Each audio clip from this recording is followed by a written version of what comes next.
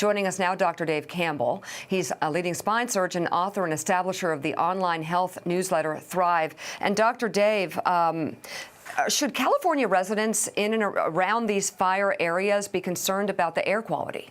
No, that's the main ongoing problem right now. The air quality is terrible. It's measured as hazardous by the EPA.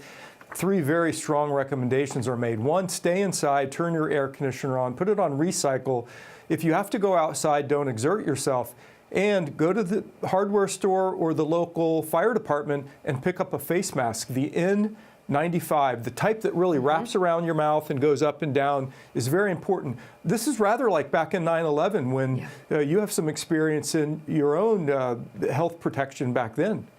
Yes, it's something that didn't feel right to me when I was down there. I covered my mouth with a rag for the entire time, and it turned out people did become extremely ill. And you would say several miles outside the fire zone to be concerned? Oh, at least. And with the winds now, it's many, many miles. So if you're not sure, stay inside. If you have to go outside, have your face mask. And really, don't go outside and exercise and do vigorous work either. It's really bad for the lung. The big particulates are what get into the lung, go deep, and cause disease and damage. All right, I want to stay on the topic in the final moments we have of lung health.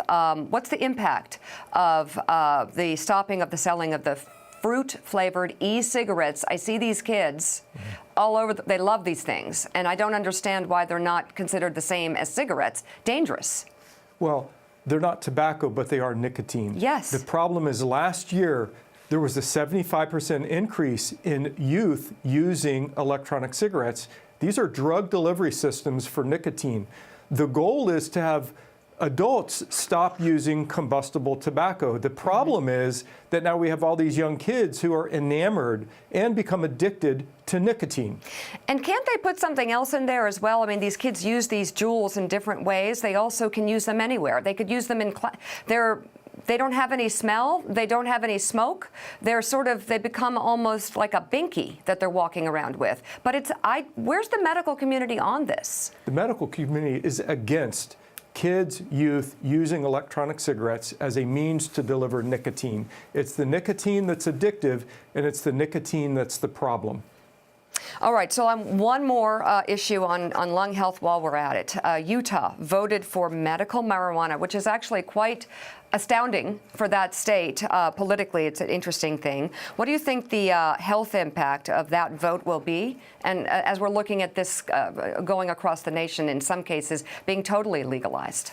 Well, it's huge, and Florida has a similar law. You cannot smoke medical marijuana legally, but it's now in over 30 states available for use for a whole host of diseases.